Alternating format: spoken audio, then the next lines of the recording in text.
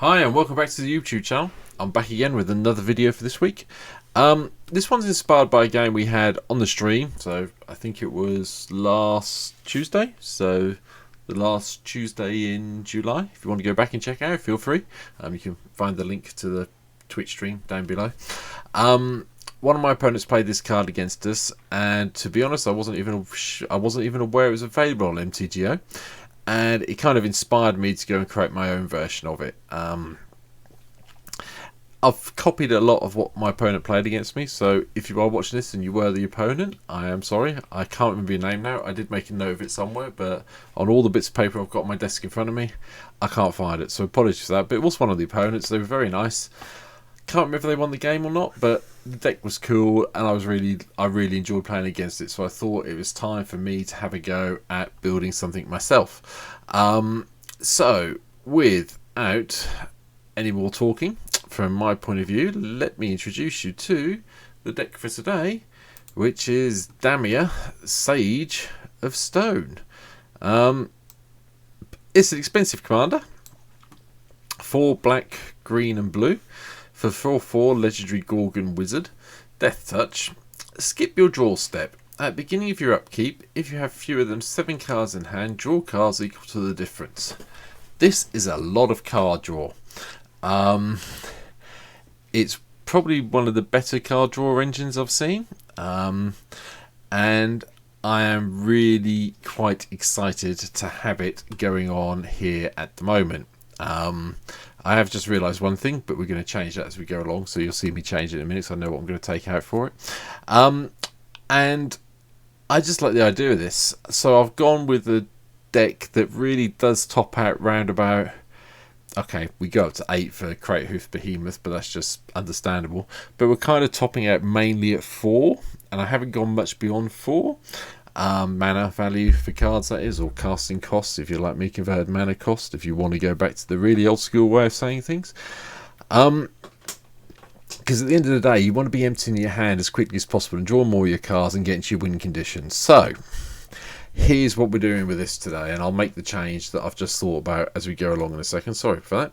So just start with the land. All the lands you can expect. Lots of guild gates, aqueducts, bounce lands, so on and so forth, dual lands, Fabled Passage, Field of the Dead, yet again, yes, I know, forests, guild gates, rock farms, hinterland harbour, islands, loads and loads of dual lands. Opulent Palaces and Hibs, a no-brainer. It's one of the cheapest dual tri-lands you can get, so please, go and pick these up from, I think they're at Khans of Tarkir. Yeah, they're worth getting. They're cheaper than some of the other options you get nowadays. I've also included Reliquary Tower because I want to keep all the cards I draw, and I may be getting some more from other means. That said, the rest of it you can see some swamps, tainted woodland. These things are quite good. Tainted woodland, tainted isle are quite nice. We've got some swamps. Get some swamps in play. Whichever way we get them into play, these tappers, extra dual lands. That's pretty cool. And then all the rest of the other things, including Temple of the False Gods. We need to get ramp up to here. Speaking of ramp, I've gone fairly heavy on this. As I've said before, when I'm doing my MTGO decks, which is mainly where I play Commander now, some of these cards in real life are really expensive. Some of them on MTGO are reasonably priced, so hence why they're in the deck. So we've got Mox Tantalite, Soul Talisman, Mana Crypt. They're all reasonable still. They're all in this deck for online, along with Soul Ring, Mana Vault, Arcane Signet, and then Damia, Golgari, Simic Signets to make sure we really do hit that mana we need. And the fact that we want to get empty-handed to draw more cards as quickly as possible. So how are we going to get empty-handed, you're probably wondering. Well, if you can read the deck list here, you can see what we're doing. Arbor Elf, Elvish Mystic, Essence Warden, Firenoid Elves, Llanowar Elves. Give us a whole load of 1-drop Elves, which will help us ramp up quicker. Elixir of Immortality's here as well, just so we can shuffle everything back in when things start getting killed, which undoubtedly they will do quite quickly. Onto the 2-drops. Elvish Visionaries here. Elvish Warmaster I've included because we are going to make elves, and we might as well get some extra elves, and then we can give them all Death Touch, and we have a thing we can take advantage of the Death Touch, which when we pay the 7 mana. Gaze Blessings in purely because, as I said to you I think in one of my other videos or on the stream, there seems to be a lot of mill decks around at the moment, so I figured having one of these in anything with green at the moment is a good idea. I'm playing Garlia's Greeters, just because I picked one up and I wanted to try it out. And at the end of the day, creating a tap treasure token isn't the worst thing in the world to do, or gaining some life, so we've gone with that. Clan Call is probably wasted. This is the card I'm looking at taking out, which I'm going to do now. Purely because we want to be able to protect Damia when we get there. And therefore we probably need to go... And I can't type and talk at the same time. Somewhere here, there you go, Swiftfoot Boots. That's what I was looking to put in, so we can protect that. There's no point in playing the other elf because we're not going to be really searching any more of them out, so pointless exercise. Bayfill Strix draws a card when it comes in, has Death Touch. Tide Holler Strix comes into play, a bit bigger, has Death Touch as well. We'll take advantage of that in a minute. Coiling Oracle. It's also an elf, don't forget that, so it does pump with some of the stuff we're going to be talking about in a minute, but it helps look at the top of our library. Lonus is here, it's another elf, snake. We've got a druid and now we've got a snake elf scout. Going to be creating a lot of creatures. Investigating is quite nice, and nicking stuff out of our opponent's library will be quite nice. You've seen me talk about these, so I won't go over them again. Right, Hooded Blightfang is one of the things we're going to take advantage of in this deck. Whenever a creature you control with Death Touch attacks, each opponent loses life and you gain a life, and whenever a creature you control with Death Touch deals damage to a planeswalker, destroy it. It's very nice. We've got lots of ways of giving our creatures Death Touch, one of which we saw a minute ago, Warmaster, but we've got a few other things. Cultivate to help ramp.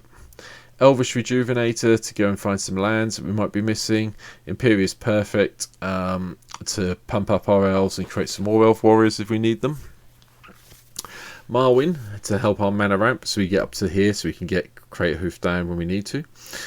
Reclamation Slayer should deal with anything that's annoying us. Reese the Exile because hey, we might as well, sacrifice an elf regenerating. We're going to be we can make some tokens and sacrifice them, so that's quite cool. Rishka Pame a Renegade, chuck some +1/+1 counters around. Let's tap a few more elves. That's to give some more mana. That's cool. Elvish Archdruid, you would expect it to see, I'm imagining, along with Azuri, because we're playing a lot of elves, we might as well regenerate them, give them trample, overrun them basically if we can. Likewise, Circle of Druid's Dream. We'll probably have a lot of creatures in play, and this comes in quite happily. Shaman of the Packs here, just so we can drain our opponents a bit quicker. We have a lot of elves in play, we might as well play it, and it's in the right colours for this deck. Edric Spymaster of Trest is in here. Again, not a card you'll see very often in my decks, but I figured we want to draw some cards as well. So we haven't got any real way of getting a draw step unless we've got less than 7, so might as well do it this way. Yes, it's Oko. Yes, it's nasty. Yes, it's still Oko. Yes, it's still good in Commander. Yes, it is annoying. But it's here, and I like it, so deal with it. Going on to the 4-drops. Teferi's Ageless Insight is quite good fun. Because we're not drawing in our draw step, we can actually draw a lot of cards with this in play with Damia. So it works really quite well from my point of view. Nightshade Harvester's in here just to punish our opponents for playing land, and it gets bigger as they play the land, so that's pretty good. Damnation is our only mass removal spell. We aren't playing that much removal in the deck, but this does deal with everything in play, with the exception of anything that's indestructible, so hopefully it'll be fine. Canopy Tactician,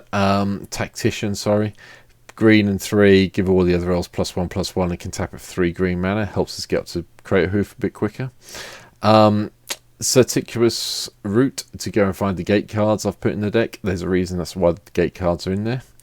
Oakham Adversary, a lot of people are playing green at the moment, so we might as well play this. It'll cost us 2 mana hopefully most of the time, and when it deals combat damage we get to draw a card.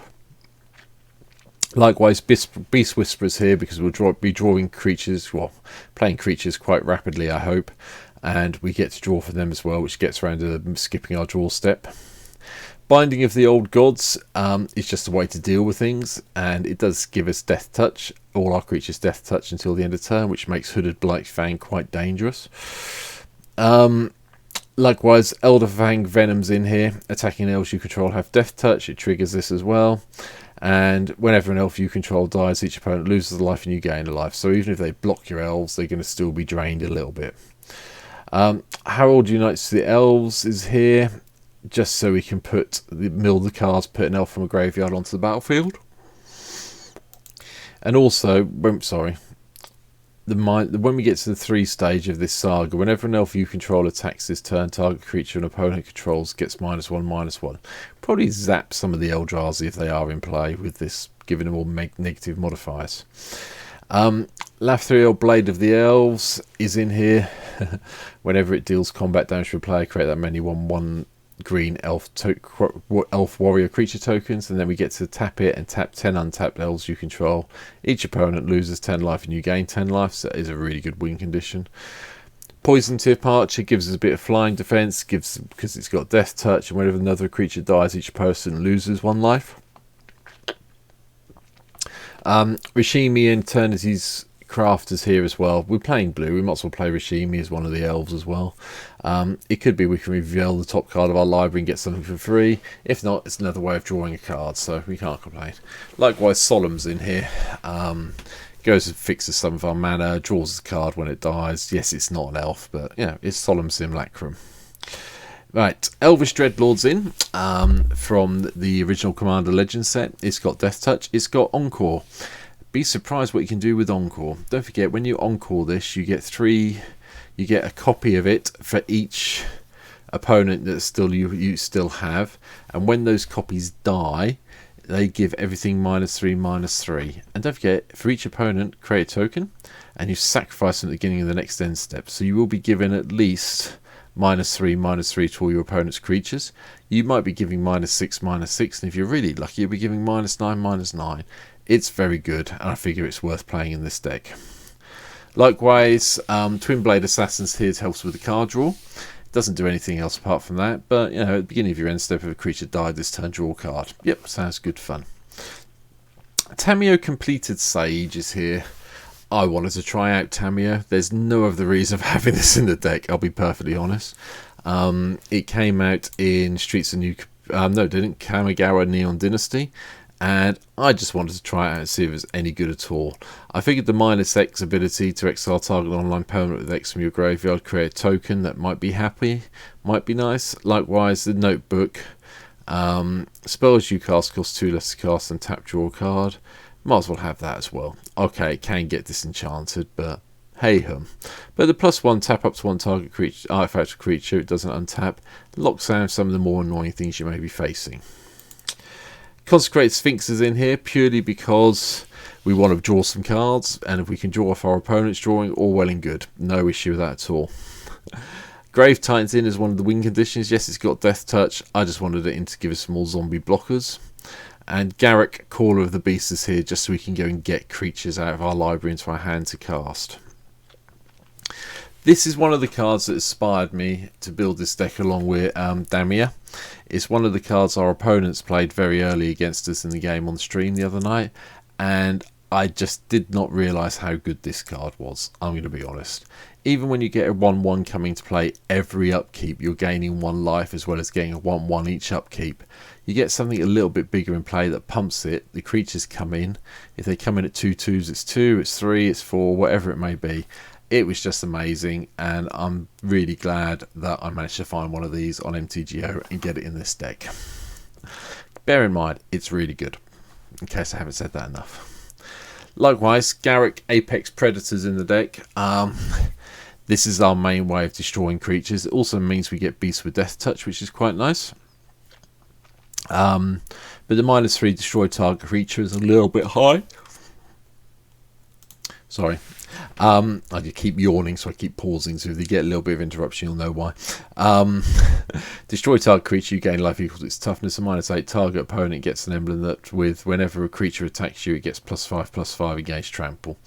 It's really the first 3 abilities we're interested in. I doubt if we're ever going to get to the -8, but the first 3 are really good, especially making the 3/3 beast token with Death Touch. And obviously, finally, to hopefully win us the game really quickly, Craterhoof Behemoth is here. Yeah, I'm playing an elf deck. Crater Hoof will always go in any elf based deck I'm playing, just because it does do that little bit of oomph. And that's it.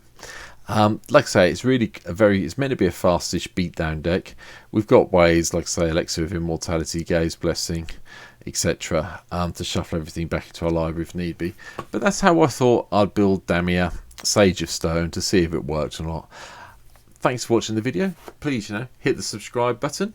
Come and follow me on Twitch. Like I say, hopefully by the end of August I'll get to 110 followers on Twitch. We're sitting on 96 as I record this at the moment. So please come and follow the link down below in the description. Come and join us on Twitch. Come and watch me play some of these decks you'll see on the stream. But thanks for watching this video. Hope you enjoyed it. Anything you think I've missed, please leave a comment below. Let me know what you think. And I will hopefully see you all soon, either back here again making some more comments or on the Twitch stream. Take care. See you soon. Bye.